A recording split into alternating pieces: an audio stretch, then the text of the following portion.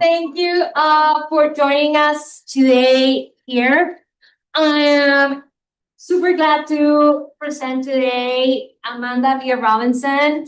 She is a professor of political science at Ohio State University. She has a PhD from Stanford.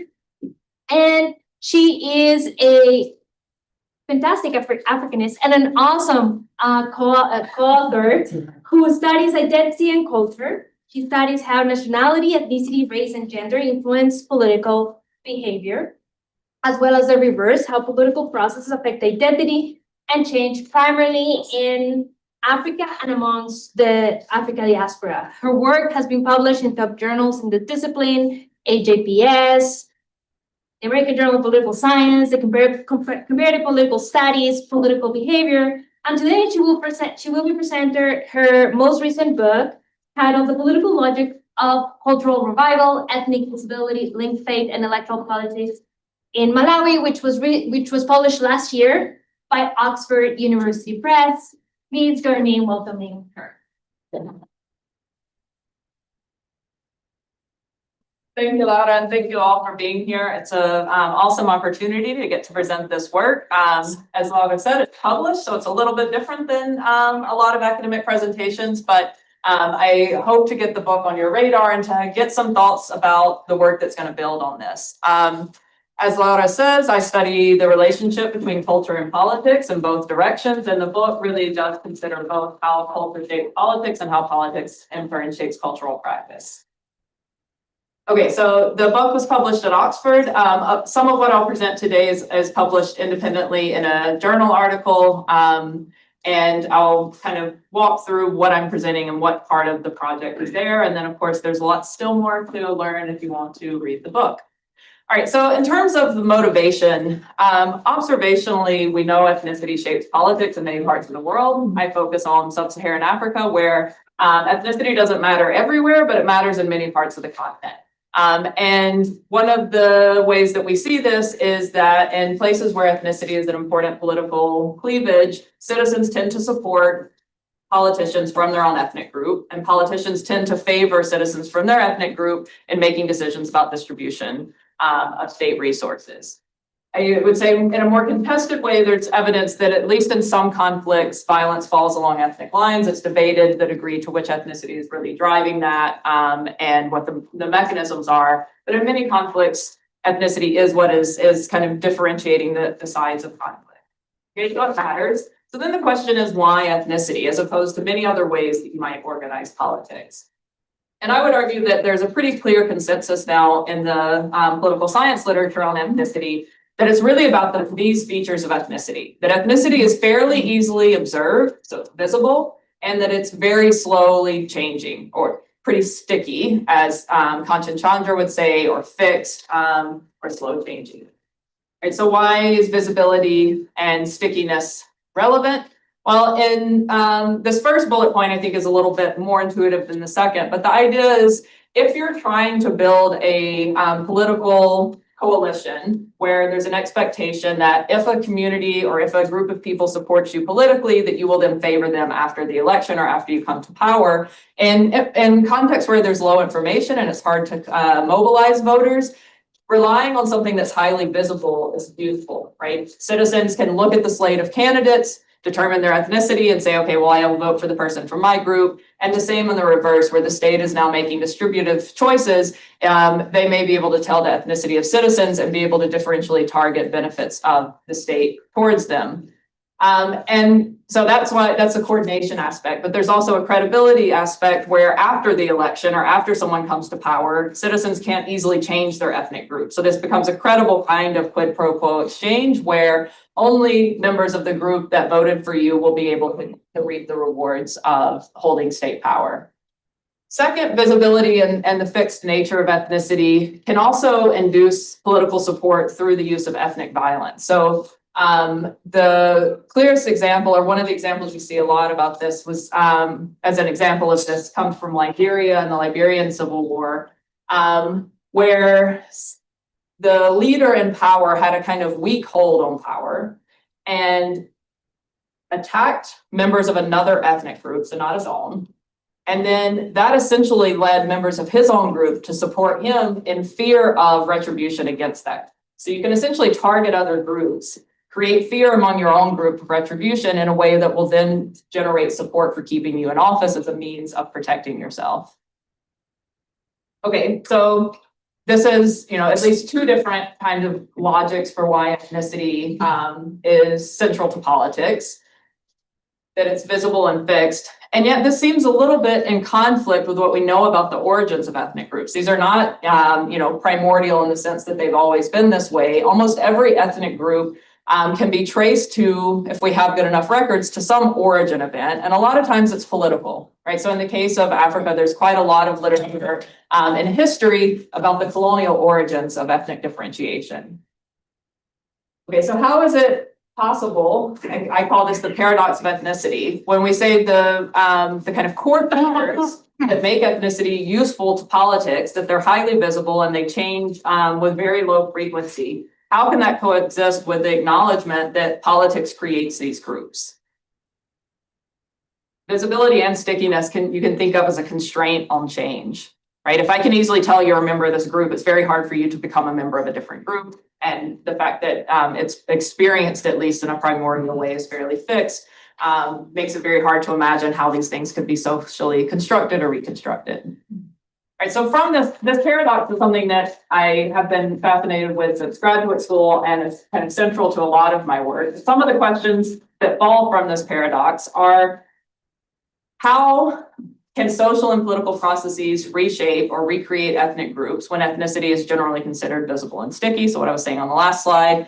And then how are these features of ethnicity, their visibility and their stickiness, socially or politically constructed?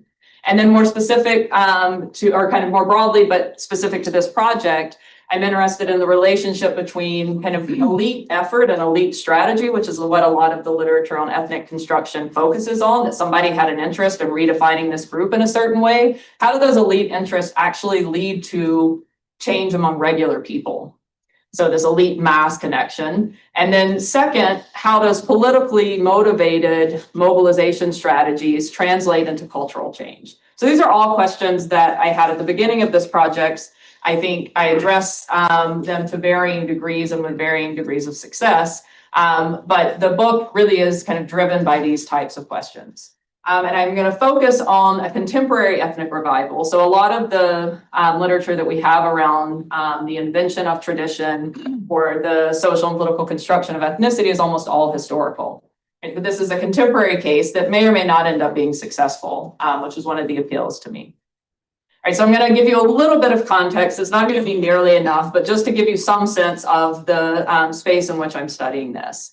Right, so I study the Lomwe in Malawi. Malawi is in South Central Africa. If you're a political scientist, you may have read Dan Posner's APSR. A lot of us read that in graduate school. So you know about the Chewa and the Tabuka, a little bit about Malawi. This is another ethnic group in Malawi in the south here. This shows you the distribution based on census data of where the group is concentrated. They migrated into present-day Malawi in a couple of waves that weren't really that long ago, the last being at kind of the tail end of colonialism. And they were essentially forced out of present-day Mozambique through a series of conflicts and colonial policies. And so people really came into present-day Malawi as refugees, and this is going to be important for what happens to the group once they're in Malawi.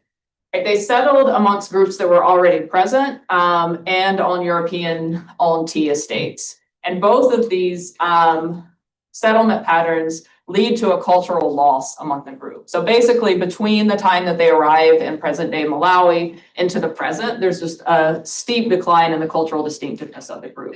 They lost their language. By and large, there are pockets here and there, older people that speak the language, but most Lomwe and Malawi do not speak their ethnic language of Chilomwe, but all kinds of other things, loss of dance practices, of traditional food preparation, of ethnically distinct names. So we see this kind of loss of cultural distinctiveness as they integrate with groups around them, and also in response to discrimination. So because they settle on these tea estates, they were not allowed to access education. So there starts to be an association between low levels of education in this group. And so people are a bit shy or ashamed to admit to be part of the group because it's seen as a low status group. Right, so that further erodes cultural distinctiveness. And in addition to this kind of loss of distinctiveness, the group was never really considered very politically salient. So 20 years ago, if you asked someone that knew about politics in Malawi, who are the primary ethnic groups that matter in politics, it would be the Chewa and the Tumbuka and the Yao, not the Loma. So they're just kind of not a political player, even though it's the second largest ethnic group in the country. Okay, so that's kind of the starting point of in the the period of 2000 to 2010. So in the face of this kind of loss of cultural distinctiveness, starting around 2008, there's this effort to revive the cultural distinctiveness of the group, to bring back the things that made the group different from others. And I'll just walk through some of the components of the revival. So one was to create an ethnic association. So this is like a formal organization that's filed as an NGO in Malawi, and it's called Malakwa Lomwe, which means the gateway to the Lomwe. And their motto, I guess, is Alomwe no Pia, which is in the Chilomwe language and just means the Lomwe we are here. So it's an assertion of presence. And the idea is to be able to demonstrate the extent of the group and the distinctive attributes of the group. One of the big activities of this revival is an annual gathering of all members of the group across the country come to southern Malawi on the grounds of this ethnic association. And at this event, there are dance competitions where, again, these dances that had essentially become extinct are brought back. And this happens at the annual gathering in October or November. But there's a whole kind of industry around teaching these dances. So there's traveling dance instructors that are organized by the ethnic association that go around and put together these dance troupes that then practice the dance and come to the competition at the end of the year. There are also efforts to revive the Lomwe language. If you know anything about linguistics, you know that once a language gets to the brink of extinction, it is extremely hard to bring it back. I would say there's been very little progress on really bringing the language back. What has looked like more is people learn some basic phrases or learn some words and might use that in their day-to-day life, but it's really hard to get back to a kind of native fluency. But there are efforts of various types. There was a push to bring back ethnically distinctive names. So here I'm showing you from data I collected the prevalence of different Lomwe coded names, and these are really distinct. There's nobody in Malawi that would hear the name Novahiwa or Akari and not know that this is a Lomwe name. So these are names that used to be quite popular, had completely disappeared, and are coming back both with with children born, but also with business names. And also foods. So an effort to both bring back foods that people weren't eating anymore or special types of ways of preparing them. The way that house material is made, musical instruments. One of the things that I found the most interesting and is pretty marginal in the book, but it's regarding the project that will come after this book, is focused on the chieftaincy. So the Lomwe, because they came in as refugees, and the way that respondents talked about it is we came as family, not as a group, and they settled in these different ways. They didn't have a chieftaincy. And so part of the ethnic revival was creating from scratch a chieftaincy. And this was one of the areas where I could see where people were the most upfront about the artificial creation of these rituals and traditions, in the sense that they would hold in a meeting like this, they would bring a whole bunch of chiefs in and do a training on what the chieftaincy entails, how you're supposed to interact with a higher ranking chief, what the practices are. And so it spread in this very NGO training kind of way, right? And if this is successful, this is the kind of thing that in 100 years, maybe people say it's always been this way, right? But this is the moment of creation. And you see that most clearly, I think, with the chieftaincy. Okay, so why do this is the question that is driving the book, or at least part of the book. And it's a real question because doing this is super costly, right? Both in terms of people's time and also resources. Because to have a successful cultural revival, first you have to figure out what are the things that we're going to say are the cultural attributes of this group when you've lost that, right? So they have to look around, what are people doing, talk to old people, try to come up with some plausible story about what the kind of cultural components of this group should be. My dissertation advisor, David Layton, in talking about revivals elsewhere in the world, referred to the people that lead this effort as the lonely philologists and the long forgotten poets. The people that have this kind of cultural repertoire for whatever reason have to be sought out and elevated so that there's some authority on what it means to be lonely. What are the things that lonely are meant to do? They have to disseminate that in a standardized way. And that's part of what I think the annual gathering does, is bring everybody together, and they have cooking lessons there. They have dance lessons there. And so, you have to spread this in a way that is consistent so that Longway in this part of the country and Longway in another part of the country have some commonality in the cultural practices that they use.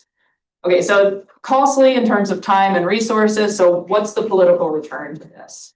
The existing literature in political science and related disciplines, I would say the kind of typical story is that this is all about a elite signal, right? You get all these people to come to the ethnic headquarters in southern Malawi in October, and you're able to say to other elites, look how many people I can bring together. Essentially, it's a credibility as a leader to be able to say to another elite for bargaining or to be a kind of intermediary that you are the leader of this group and you command a group this large.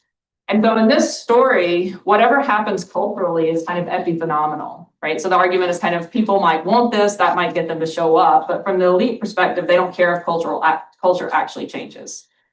I argue that I don't think that they would invest so heavily in this cultural change if that was the case, if they just were trying to get people to show up so that you could signal to someone else that you have influence over a large number of people. If it's just about elite signaling, why do you care what food people eat? Why do you care what names they give their kid? Why do you spend so much time trying to orchestrate a kind of ethnic attire that you want people to adopt? This seems to go above and beyond what would be necessary if this is just about signaling influence.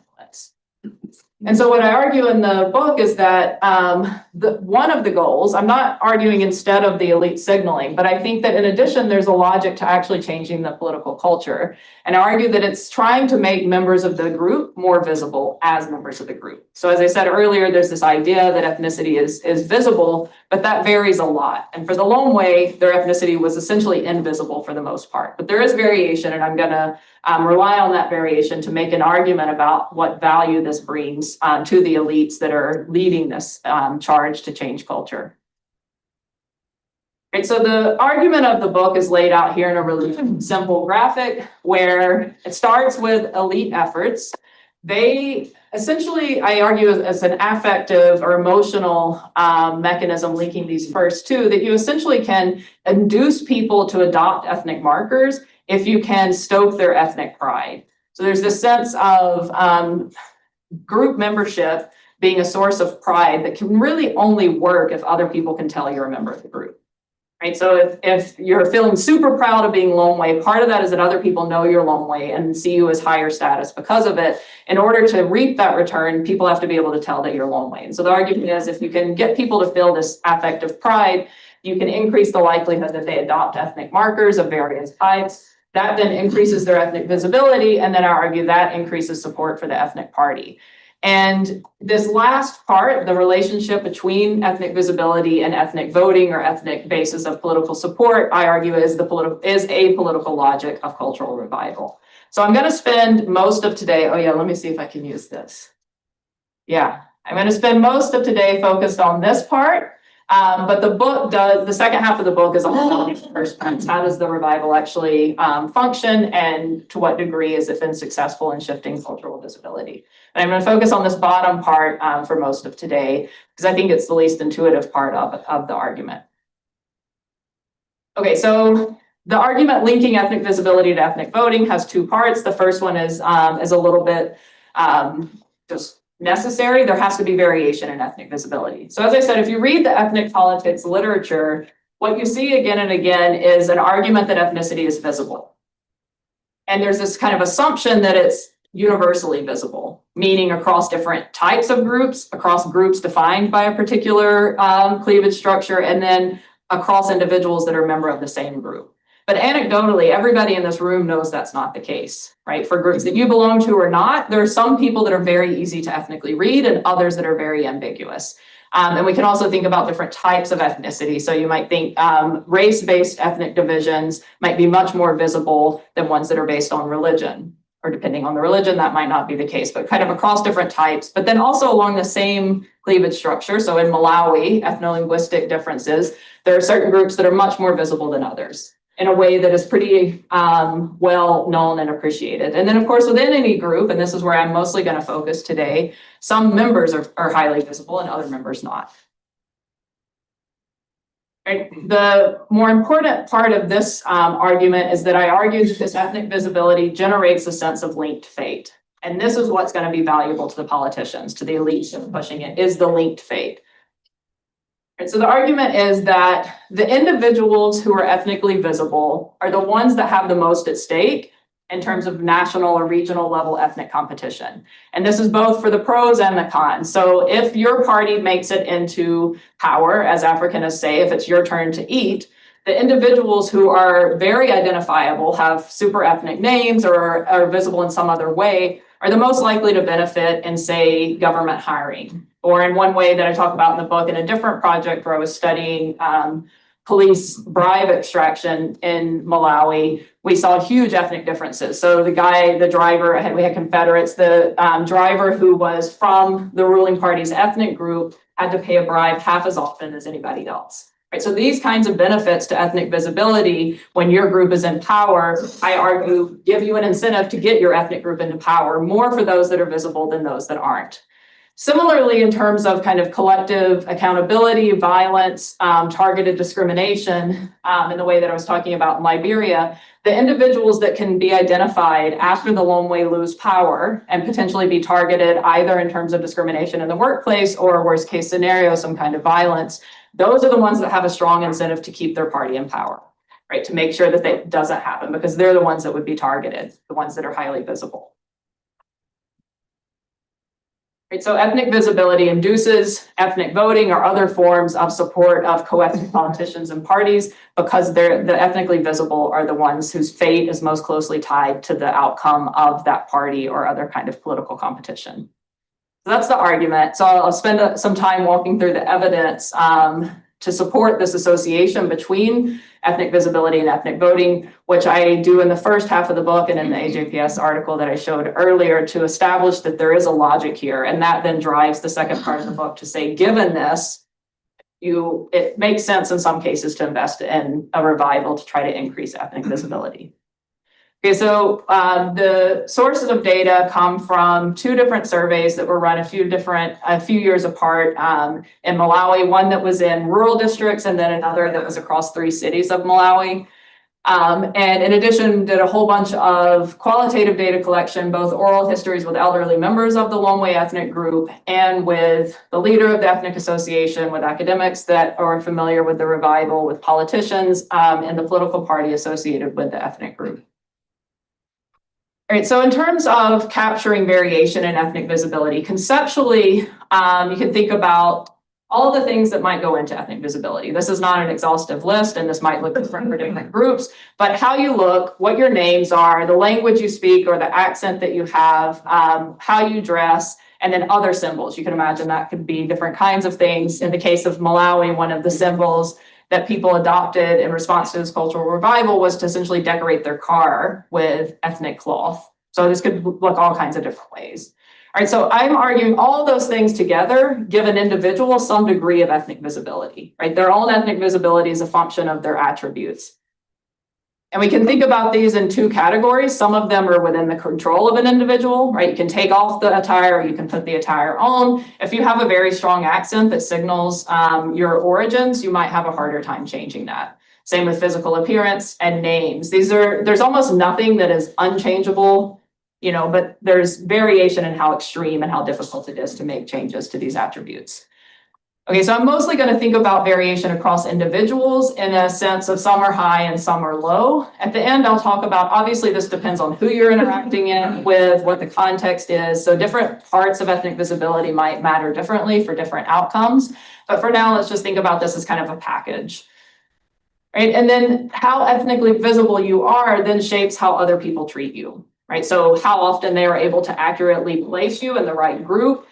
Whether you get discriminated against, whether you're able pass as a member of another group, whether people see you as typical or atypical. So all kinds of things that then help an individual learn, in a sense, how visible they are, right? It might be obvious until they've interacted with enough people how easy it is for others to tell their ethnic group.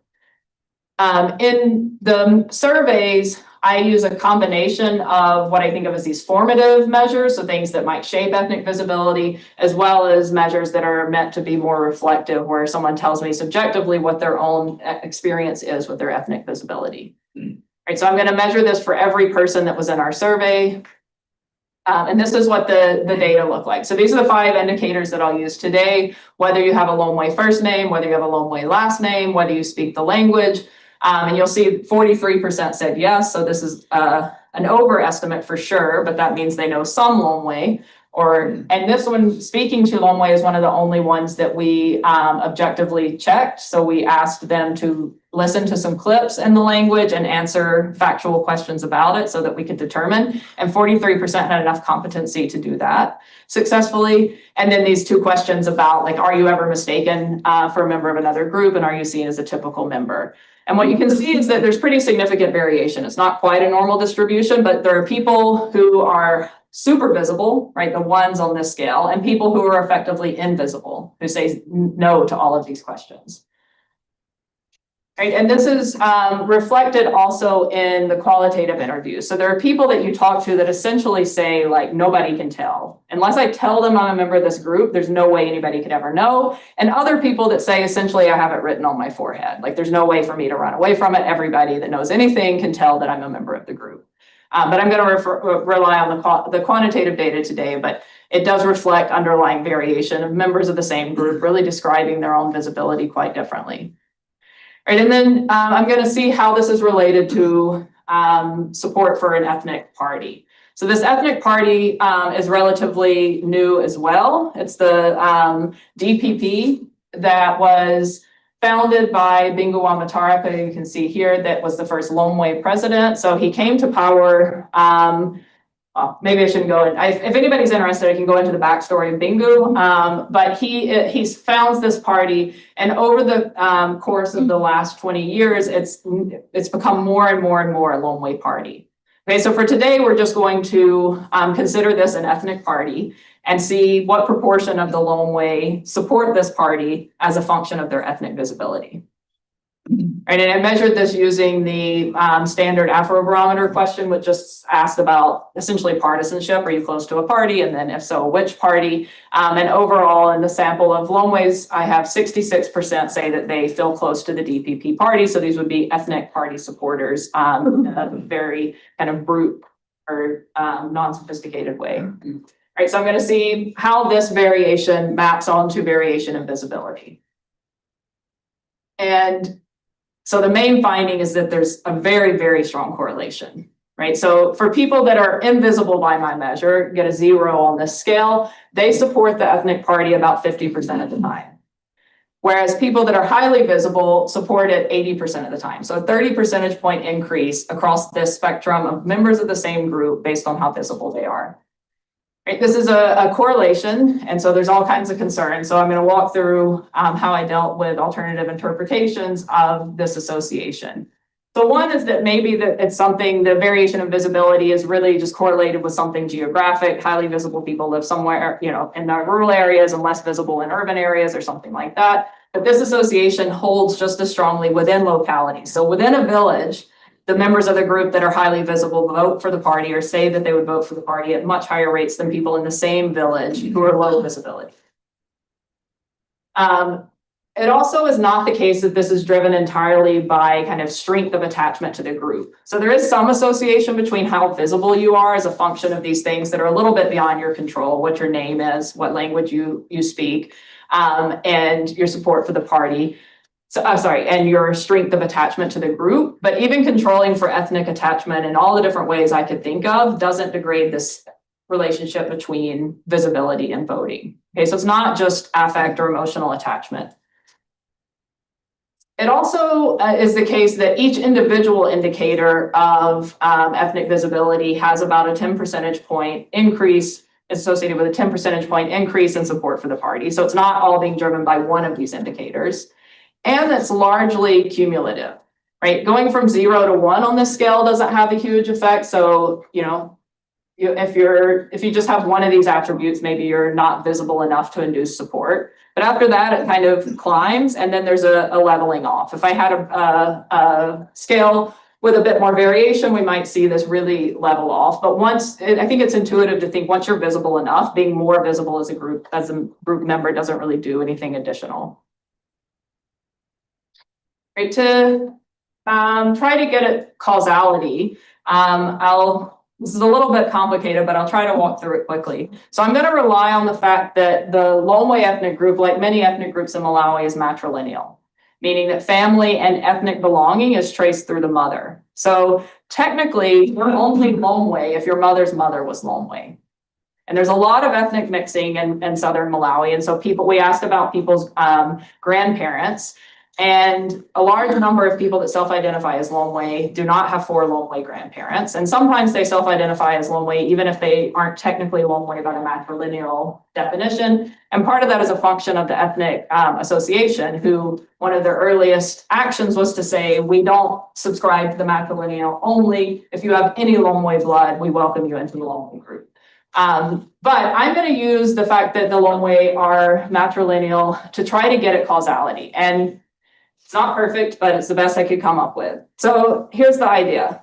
Whether you're a member of the Lomwe ethnic group, like I said, should be traced through the matriline, and your family socialization happens through your matrilineal kin group, meaning that essentially you're not related to your father, right? Your father's allegiance is to the family that he marries into, but the children don't belong to the father. And most kind of male authority in matrilineal groups comes from your maternal uncle. So it's your uncle that's deciding where you go to school, who you get married, not your father. And your mother has a lot more influence in matrilineal groups as well. Okay, so how is this at all related to ethnic visibility? Well, the argument is that what should matter in terms of your investment in the group and your sense of belonging in the ethnic group should come from your mother's side. And yet, because of British colonialism, your last name comes from your father. So this person that you're not really related to and may not be socialized into his family determines in part your ethnic visibility. So I'm going to leverage that. So if we look at ethnic visibility as the outcome, as I do in this graph, you can see that the biggest driver is having your father's father be a member of the group. And the reason is because that gives you a higher likelihood of having a Lomwe surname. The other grandparent that matters is your mother's mother, and that makes sense from the matrilineal socialization aspect. So maybe if you have a maternal grandmother that was Lomwe, you're much more likely to have spoken the language or been exposed to some of the culture, et cetera. Right, but I'm going to rely on, while controlling for the ethnicity of the other 3 grandparents, whether you have a paternal grandfather that was Lomwe or not, it's a strong driver of ethnic visibility. And controlling for, and this is what I already talked about, trying to control for the intergenerational socialization into the ethnic group by the fact that the patriline shouldn't be relevant to that. And then to deal with the fact that out-group marriage might be signaling something about commitment to the group or ethnic centrality. I do this also with dropping the people that have all 4 grandparents. So they're all going to come from mixed backgrounds and still use this having a Lomwe paternal grandfather as an instrument for visibility to see then what the downstream effect on voting is. Doing all that, we get something similar and slightly larger. So even in this instrumented way, ethnic visibility is a strong driver of ethnic party support. There's also evidence for the mechanism. Remember, I talked about this is a kind of, even though the top part of the theory and thinking about why people adopt ethnic markers in response to a revival is through a kind of affective or emotional channel, here I'm considering a more instrumental argument that your ethnic visibility matters because it's going to shape how other people will treat you, and you anticipate that, and that shapes your behavior. And so we're going to see some evidence of this argument that why ethnic visibility matters is because it generates this linked fate. So I look at demography as a moderator. And the idea here is because of ethnic segregation in many countries, if you live in certain parts of Malawi or in certain villages or certain regions, if everybody there is Malawi, it doesn't matter, if everybody there is Lomwe, it doesn't matter if you have a Lomwe name or not. Everybody's going to know you're Lomwe because you're from that place. Okay, so individual level ethnic visibility should matter much less in a place where everybody's Lomwe than it does when there's some mixing. And we see evidence of that. So in the localities that are over 90% Lomwe, the marginal effect of an individual's ethnic visibility is no longer predictive of whether they support the party or not. Right, so that suggests to me that there's something about this ethnic visibility communicating to others your ethnic group that is what is driving your party support. And I also look at linked fate as the mediator, and an individual's own degree of ethnic visibility is associated with both past benefits from the ethnic party and perceptions that their fate is linked to other members of the group. And so again, just some evidence of the reason that ethnic visibility might be correlated with party support. I also then extend this to the ethnic group level. So far I've been talking about variation in visibility within a given group. Now I'm going to consider variation at the aggregate between members of different groups, with the expectation that if a group is highly visible vis-a-vis other groups, they should be more likely to vote ethnically. All right, so for 450 ethnic communities across 26 African countries, I use a proxy for ethnic visibility, which is how distinct a group's language is from other groups in the country. All right, why would that be relevant? Well, one, there's this direct effect of language. If languages are super distinct, then someone overhearing even a little bit of the language might make you more visible than if the languages are closely related, where you might have to listen a little bit more before you can differentiate between groups. So groups that have highly distinctive languages vis-a-vis other groups in the same political system, in this case, the country, I argue are more visible. They also would maybe have more distinct names and other things that are downstream of language. In addition, in the kind of longue durée, you only get these big differences in language when there's very little contact across groups. So either geographic barriers or other kinds of barriers. And so I think language distance is a proxy for historical separation and therefore many other things like style of dress, even phenotypic differences. So I think it's a reasonable measure. I spend time in the book and the paper walking through some different evidence from Kenya where we had a direct measure of ethnic visibility that we then linked to some of these things. And so the proxy that I'm using here, I am pretty confident tells us something about ethnic visibility across groups. And then for ethnic voting, I use a version of Huber's 2012 measure that is essentially trying to get at how distinctive one group's voting pattern, even across parties, is from all other groups in the same political system. And what I find here is that a standard deviation increase in the visibility of group members is associated with about 1/10 of a standard deviation increase in ethnic voting, which substantively is quite large. If you know anything about Kenyan politics, this is the difference between the centrality of ethnicity or the kind of vote coordination for the Kikuyu versus the Luya, or in Zambia, the difference between the Lozi and the Timbuka. So pretty distinct differences in terms of groups that are highly visible versus less visible.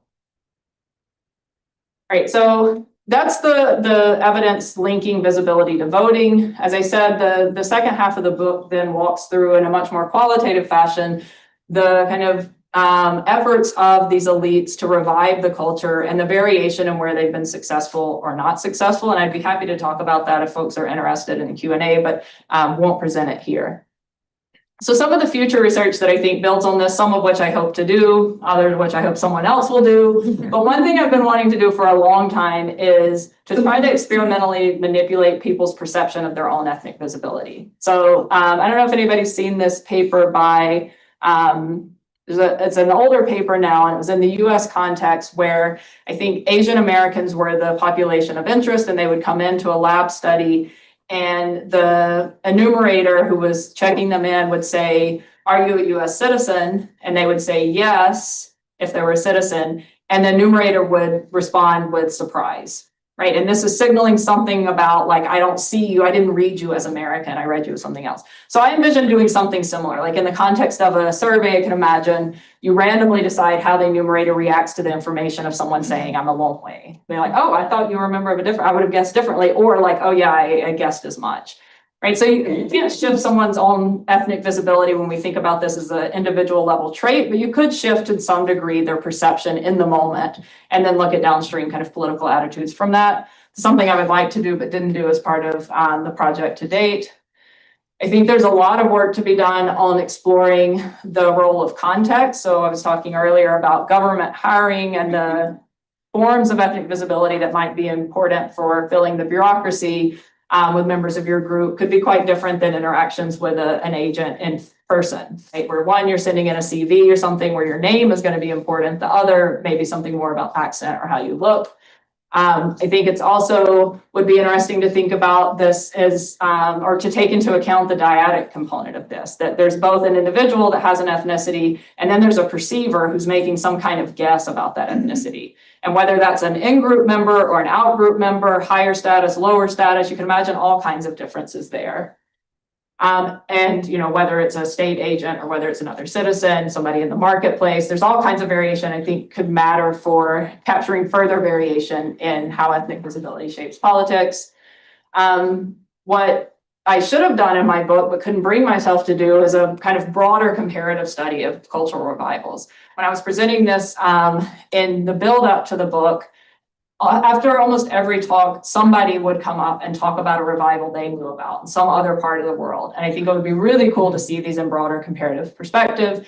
I did pretty shallow shadow cases of communities in Israel, in Ethiopia, and in Nepal, just to look at some of the dynamics of how the goals of the group might shape which aspects of ethnic visibility matter, and also what commonalities show up in all those different revivals of different types and for different reasons. But I think there's a lot more that could be done there. And then I, in the course of this project, thought a lot about what impact this Lomwe revival that I was studying had on the ethnic visibility of other groups, right? So the Lomwe lived among the Manganja and the Yao. So if you suddenly make it clear who's Lomwe, you're also making it clear who's Yao or who's Manganja. And that should have similar effects on their voting patterns. A lot of my Malawian colleagues were interested in a contagion effect where there's essentially incentives for other groups to copy what the Lomwe did, and that this would somehow infect the system with ethnicity becoming even more central to politics. And so that has happened to some degree. There's been efforts that I think have been fallen much short of what the Lomwe have done. Where I'm currently investing more work builds on my kind of fascination with this creation of the chieftaincy and with the institutions of chieftaincy more broadly. And so that work is going to be thinking about what role chiefs play as cultural preservers, or as in Malawi, they're called custodians of culture. So kind of how they determine what aspects of culture should be preserved and their methods for doing so, and how that might be different across different groups that are within their chieftaincy. So this is what I'm actively working on now. And because of that, would be very happy to talk about it if folks are interested. I have some slides on that project too, but I think I will stop here and take questions, comments, criticisms. And thank you for your attention.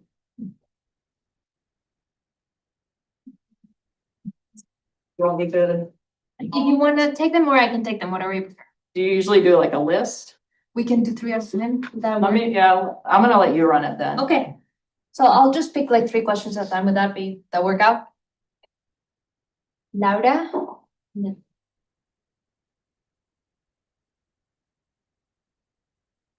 Okay. Wait, give me 1 second. I'll need to take notes. So Yeah. Questions.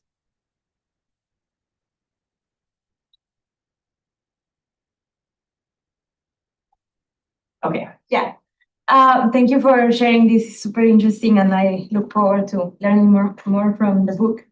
I have 2 questions. The first one is about the last thing that you were mentioning about how you're doing more research on this, because this seems like a top-down process. I was curious whether is there any engineering of the identity? Is there any engineering? Engineering of the identity aspects that they choose to highlight or keep invisible for I don't know, enhancing their chances of political support probably. And I was also curious if you notice any variation in age, whether you were able to encounter people who are old enough to have lived through the moment of change in the visibility of their cultural identity, and whether you found anything interesting in that change. Thank you.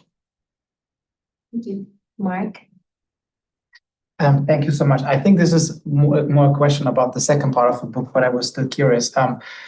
To what extent do you think this was really intentional, and kind of even a strategy to engineer to kind of strengthen this visibility and then to gain from this electorally, or is it more a process where maybe the reason was a bit different to increase the visibility, but then maybe through some feedback loops, politicians realize that this also helps them electorally. So I guess this is more about the second part of the book, but it will still be interested to hear more about it. Okay, thank you so much for this impressive work. I'm a little bit impressed about the ethnic visibility across different ethnic groups. And if you look at Malawi, you have almost 10 more or more different ethnic groups. But my question is, how does the young Loemi members engage with the ethnic visibility, citing the generational differences? You're looking at the emergence of Gen Zs, and even across different ethnic groups, you have this emergence of youth, revivalists, who definitely try to at least depart away from the old norms. So how do you definitely engage these different elements? Maybe you talked about it in the book and I haven't read much about it. Yeah, thanks. So I can respond now. Okay. So on the creation of the Lomwe chieftaincy was certainly top down and constructed by political elites. That's not true of any other groups in Malawi. I have a paper with a couple of historians of Malawi where we talk through what this kind of recent creation what implications it might have for the nature of ethnicity in Malawi, and ultimately conclude that the fact that the chiefs were created by this party as part of this cultural revival made them beholden to the politicians in a way that other chiefs from other groups are not. And in many ways, chiefs from other groups have been a constraint on the politicization of ethnicity. So a lot of the Chewa chiefs or the Ngoni chiefs really don't want Chewa-ness or Ngoni-ness to become central to politics because it will undermine their own authority. There's like a sense that if it's seen as political, then they lose the source of their legitimacy and authority, in a way that the Lomwe chiefs don't seem to have, this independent source of authority. So that was what we found in comparing the chieftaincy in that earlier work. I have a more recent paper where I look at the ethnicity of individuals and how they assess the legitimacy or the authority of chiefs that are either from their group or not, and look in particular at these Lomwe chiefs that were invented in people's recent memory, like very, very recently. And in survey data, they don't seem to command less loyalty from people, which is really surprising to me. And that's part of what's driving this new research project where I understand, again, like the paradox of ethnicity, there's this paradox of authority, that the whole claim is that this is a customary source of authority that's based on tradition. How can you maintain that argument when it's very obviously been created in recent years and by politicians at that? And so, yeah, I think that there's a lot more to try to understand about chieftaincy and how it functions as a power source when it's conflated or contaminated by politics. Your question, I think, is similar. Your second question about age is similar to Laman's. I have looked at age. I don't recall there being a huge difference. Where the only place where I see these big differences are urban versus rural. And urban population tends to be younger than the rural population, so they're a little bit conflated. But the revival has been much more successful in urban settings than in rural settings. And so like with the provision of ethnic names in the book, I have this longitudinal study based on different ages of children and whether they were born before or after the revival, and look at the rates of which they're given these ethnically distinct names. And we see a jump in response to the revival, but it's driven largely by people in urban areas. And so I don't know how much of that is youth versus urbanness. I think it's more the latter, and the fact that they're starting from lower levels of visibility than people in rural areas. But I think this is something I could look at in the data pretty easily to look at youth versus older people. Okay, so on the question about, so this is a difficult question with this type of project, and it shares attributes with research into other types of taboo subjects. So this revival being portrayed as related to politics is taboo, right? The cultural entrepreneurs do not want this to be seen as political. And so it's really hard to ask people like, was this your intention? So I talked to a lot of the early architects of this revival and kind of what their motivations were at the time and what the discussions were at the time.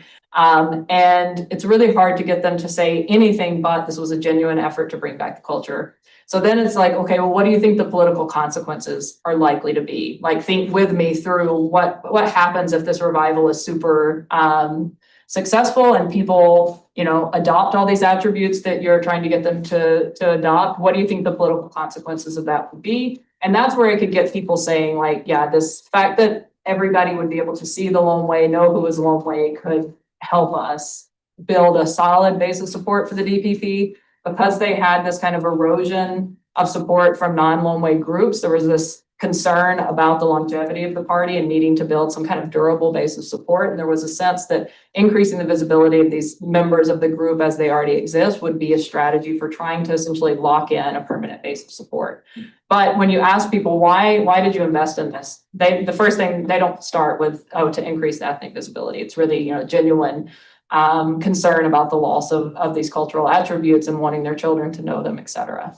So I think the project struggles from the fact that it's hard to get people, even if it were the case in the kind of, even if that was the primary goal, it'd be hard to get people to say that, I think, because it undermines the kind of the argument that was being made publicly about the reason that this was being done. Did I mention sports? But often an ethnic group gets formed through soccer teams. Yeah.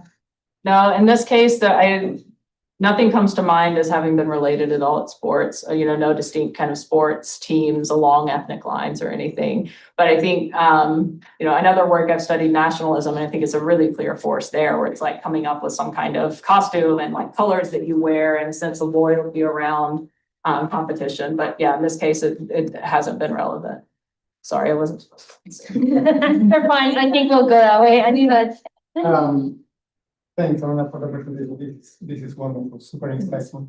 I guess I have two questions. One is a clarification question.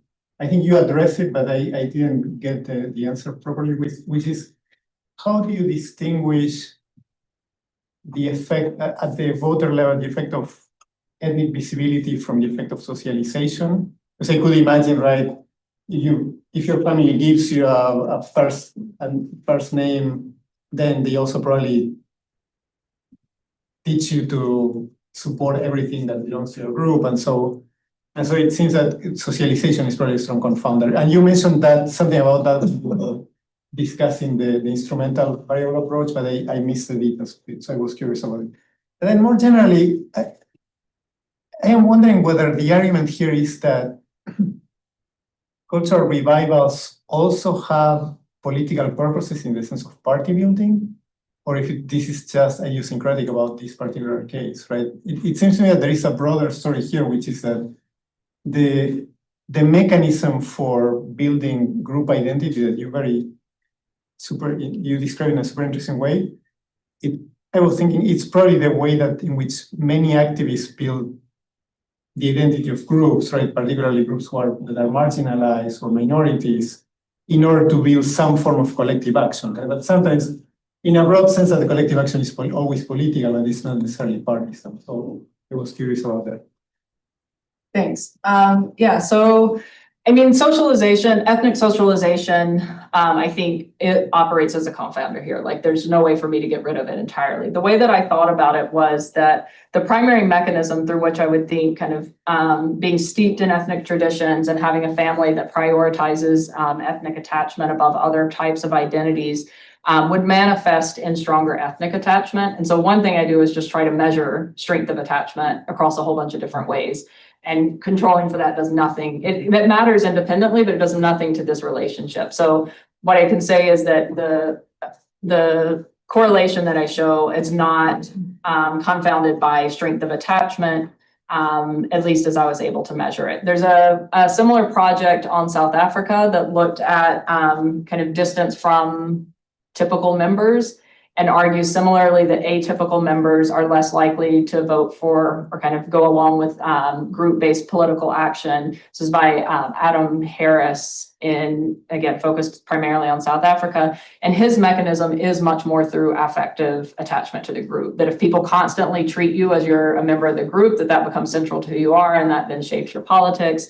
And people for whom they're never treated like a member of the group kind of lose association with the group. And so I think that's a plausible mechanism, but it's not explaining what I find here in terms of the variation in ethnic visibility and its importance for political or partisanship. And the instrument, the way I try to deal with it is if you think about in the extreme case, if your only Lomwe ancestor is your father's father, the idea is that you have very little socialization with his family, but you get that Lomwe name. And so you end up highly visible without all that other content. That's kind of the idea behind the instrument. It's not perfect, and it's not the case that all people, are not socialized by their paternal grandfather, but at least on average, that's the case. But so that's the idea.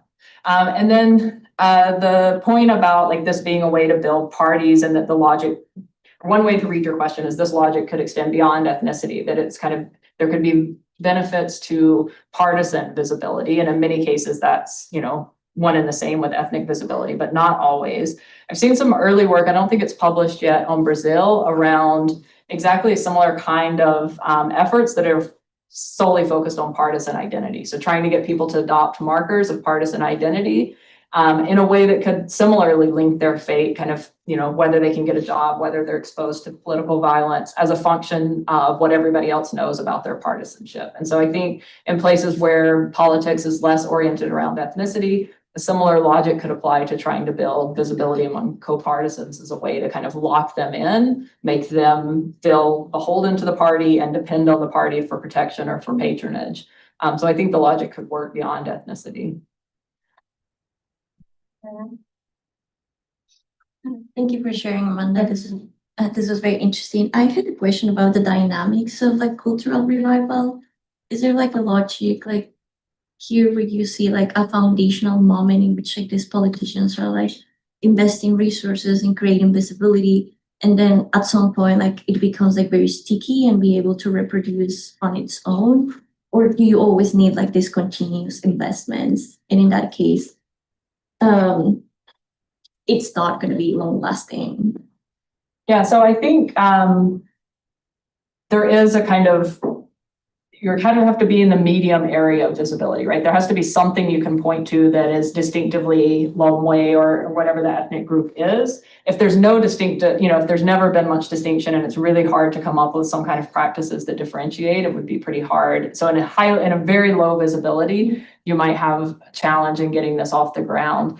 It's even more the case that this strategy just doesn't make sense in places where the ethnic group is already very visible, right? There's like, and in the case of Malawi, I would say the Ngoni or the Tumbuka are the most visible. And in those groups, if you were trying to kind of link people's fate from the group to the party, it would not necessarily involve this investment in a cultural revival. And so I do think there's kind of a middle spot where this is a viable strategy. And I do think if it's successful, if they can increase the degree to which the average member of the group is visible to others as a member of the group, then it is self-reinforcing, right? You don't have to keep investing in instruction and dissemination of the cultural practices. But I think it's an interesting question of like, how do you maintain cultural distinctiveness? And it might be different dynamics than trying to create some distinctiveness from the beginning. Yeah, you essentially just answered this question, but I was curious a bit more about scope conditions of the theory and kind of what does this work in a case where there's more of a like ethnic visibility as a binary or not? But you sort of just got at that. But yeah, so I think there's lots of different ways to ask the question about scope and thinking about where this might travel to, because there's a lot of interesting components of this case, like the fact that there was a Lomwe president without a Lomwe base of support, which was kind of a idiosyncratic accident of how that guy came to be in power. He was essentially put on the ticket as a puppet, as an outsider for the previous president who failed to get a third term, failed to change the constitution to get a third term. So he picked this Bingu guy partly because there was no Lomwe constituency.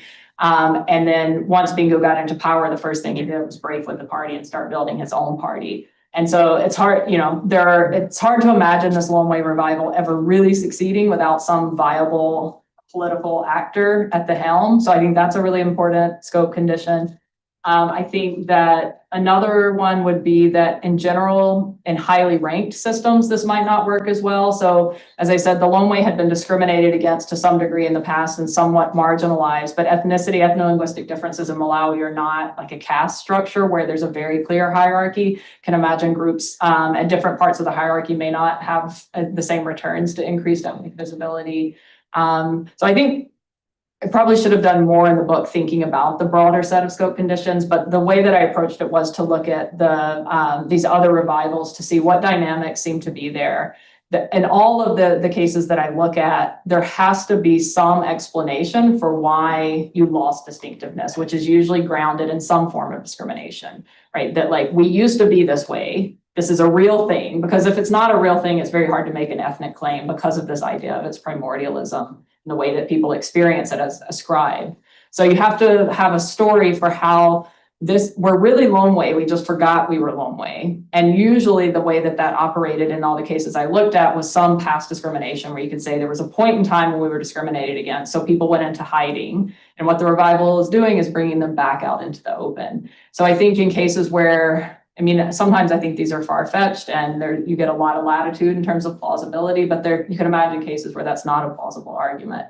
My guess is that there's 100 other things that would limit the scope of this. I do think the association between visibility and political behavior is likely to travel much more broadly, but when and where that gives rise to incentives to invest in cultural revival would depend on the kind of dynamics of history and the past attendance and the kind of current nature of how ethnicity interacts with politics.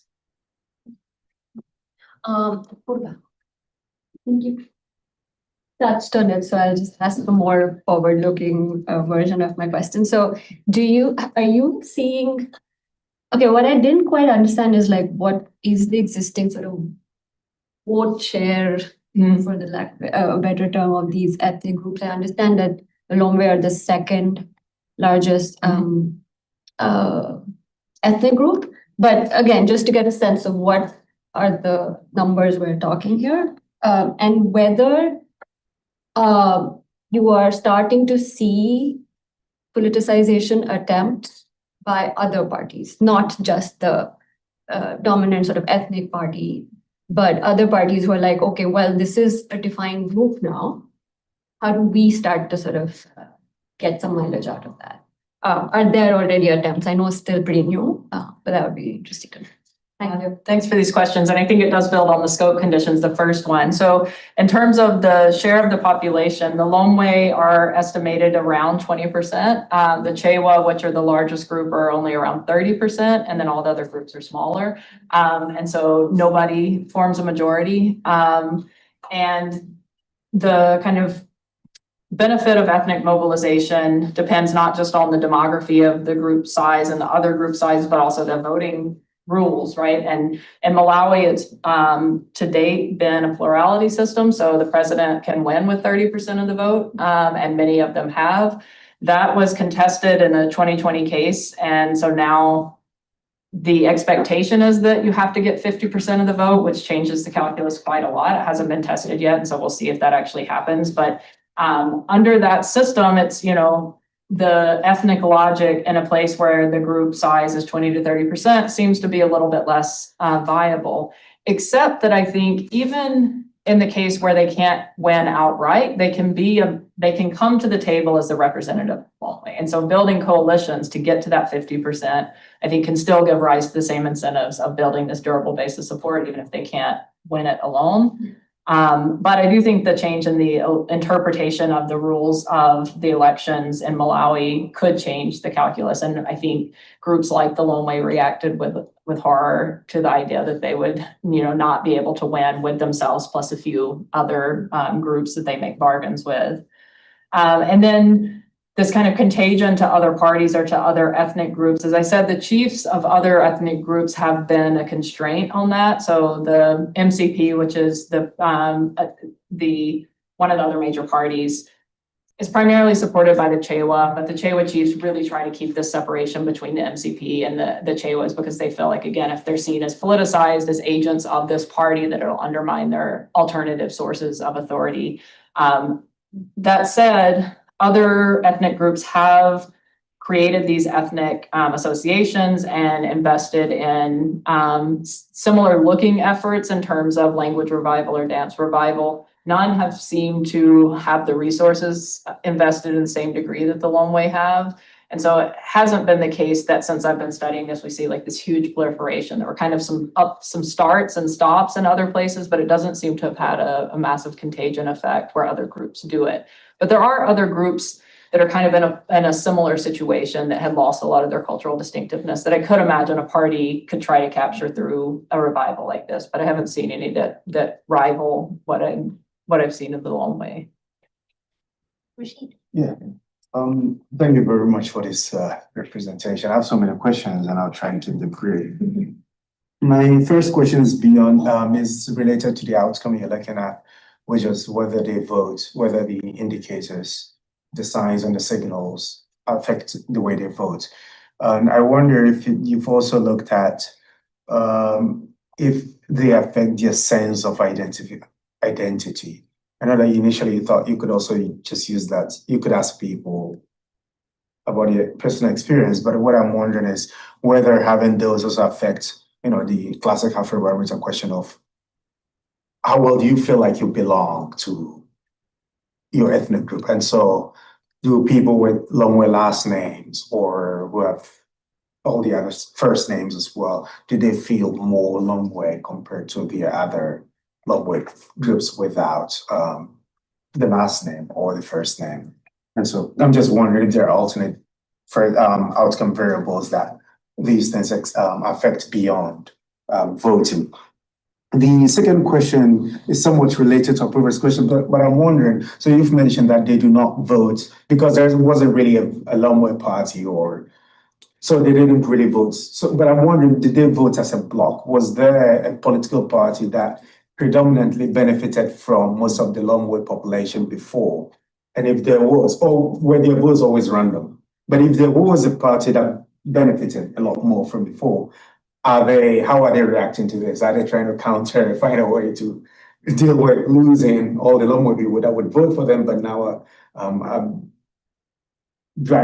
being driven towards a Lomwe party or a Lomwe identity, and therefore voting for the Lomwe party? And finally, I'm fascinated by the traditional leaders. I mean, we've talked about this before. Just anything could you talk more about the creation of the new traditional leadership? Because I think it's very, very interesting. Because you're essentially creating some form of new royal parties, royal ethnic group, right? Which might not be the case in other African countries. It's more, it goes through the family, right? But now you're creating this new identity. So is it somewhat democratic where the people get to have a say, or is it we selected this family as a royal family, and so when the person dies, the next either the nephew becomes if it is going through the matrilineal mode, or is it or the son becomes I don't know. I'm just curious about it. Yeah, thank you. Great question. So on the first about looking at the sense of identity as a dependent variable, there is an association with these kind of ascribed visibility of, your name and language that, again, you could change, but mostly people kind of inherit or are given, and their strength of identification, but it's not very strong at all. And so it doesn't seem to be the case. I'm worried more about the kind of mismeasurement issue, and that I know from psychology research that if you identify strongly with the group, you over-report your typicality and how typical you are, and you might over-report your visibility. And since I was measuring visibility primarily as the respondent's subjective experience of it, I worried that it would basically be contaminated by their sense of attachment, which is partly why I did the objective measure for language competency, but it's just not as strongly related as you would expect. So it seems that it's driving this kind of support for the party much more than it's driving allegiance to the ethnic group, which I think is reflective of this part of it really being instrumental, that it's not about what you feel in your heart, it's about what you think of, how you think other people are going to treat you that matters for your strategy politically. I think in the revival section of the book, I focus on more signs, things that people can adopt or not, as well as intergenerational increased ethnic visibility, so giving your children ethnic names. And there, I think the attachment to the group is a stronger predictor of who's kind of movable, who's willing to do that. And so I would argue that the affect or the attachment to the group can get people to increase their visibility. And so that drives some association between the two, but the visibility is really the primary driver of the political behavior, at least in this case, I think. In terms of, so they were not a very politically coherent bloc. It's hard to measure. I mean, you can look at Afrobarometer partisanship over time, but Afrobarometer didn't really collect data prior to the revival. And so it's really hard to see what it looked like. But there's been a kind of party proliferation in Malawi, which has allowed a lot of parties to become ethnic in a way that they couldn't initially. So they had a single party until the 90s. Then there was a single opposition party that was regionally based. And so the Lomwe and others in the south of the country voted for the UDF, for the opposition party. As the DPP rose and essentially built this Lomwe base of support, the rump that was left for the UDF is the Yao ethnic group. So in many ways, it became an ethnic party, not of its own volition, but it's the same kind of logic of like when you carve away these other groups, all that's left is this group. And suddenly the UDF is no longer a kind of national level opposition party. It's essentially a Yao party. But there wasn't a lot of coordination, is my kind of qualitative assessment from talking to people about political elections prior to the start of this revival. That part of what happens is a kind of coordinating. And in terms of ethnic voting, the way that I'm measuring it here in the cross-national part doesn't require that there's an ethnic party. It just requires that there's kind of coordination. But it has to be a distinct pattern from other groups. So there is some kind of ethnic basis of support, whether it's for a single party or whether it's one constituency for a broader multi-ethnic party. And I would argue that you can get this ethnic voting in response to visibility, even if you don't have an ethnic party per se. And then finally, the traditional leaders, yeah, we should talk a lot more. I'm happy to share a paper that I published in the Journal of Modern African Studies that focuses on, again, how do you like sell this to people when it seems ridiculous? And what they did in this case, there were two strategies. How do you build a chieftaincy that you claim is based on kind of longstanding right to rule when they're brand new? And what they did was they took very prominent chiefs and said, these guys are actually Lomwe, but they didn't know it. So the very first paramount chief of the Lomwe, in all of my interviews, people would eventually concede that he was not Lomwe. He was actually Manganja. He's now passed away, so I couldn't interview him directly. But the first strategy was like, we have no chiefs that are Lomwe. We have all these chiefs that might have some Lomwe heritage. So we're going to convince some of them to say, like, you know, I always said I was Yao, but actually I'm Lomwe. One of the women chiefs that I interviewed, you know, she's a Yao chief. She inherited her chieftaincy from her mother's family, which is Yao. And when I showed up, she was dressed head to toe in Lomwe regalia. And so I was like, what's going on here? And she was like, oh, well, people don't know it, but my father was Lomwe. And so I consider myself equally Yao and Lomwe. So you can kind of create Lomwe chiefs by essentially changing people's ethnicity. But again, you can't say, you know, I'm changing from Yao to Lomwe. It's I rediscovered, or you know, there has to be some plausibility or it just doesn't work. The other strategy was to very rapidly promote chiefs. So there were chiefs at the village level. And the second paramount chief after the fake Lomwe passed away was one of these guys that had been just rapidly promoted from village chief to group village chief to traditional authority paramount in like the course of a few years. And other chiefs were very skeptical of this guy. But again, in the data that I have, it does not seem that he commands less respect from constituency, you know, from the people within his constituency. And so that's what I find really fascinating, and where I'm kind of going with the next project is how and why, when this is supposed to be linked to deep tradition, do people accept these chiefs that seem to have kind of dubious claims to rule? So I'll share the paper with you, but it just basically is still a puzzle at the end. Why? Yes. Yeah, I appreciate your research. Thanks. I come from East Africa, and where I come from, we are tribes and clans. So while you were presenting the research, I couldn't help but think about how mobilization and the politicization has the potential to create new cleavages that might be built on specific narratives that are culturally deep-rooted, but might also be rooted on grievances that become or end up to be diffused in the cultural revival. So I would like you to talk about a little bit how does this have any potential for conflict between, because when one group becomes visible, they're gaining, some sort of influence, power, coordination, access to resources, and, votes.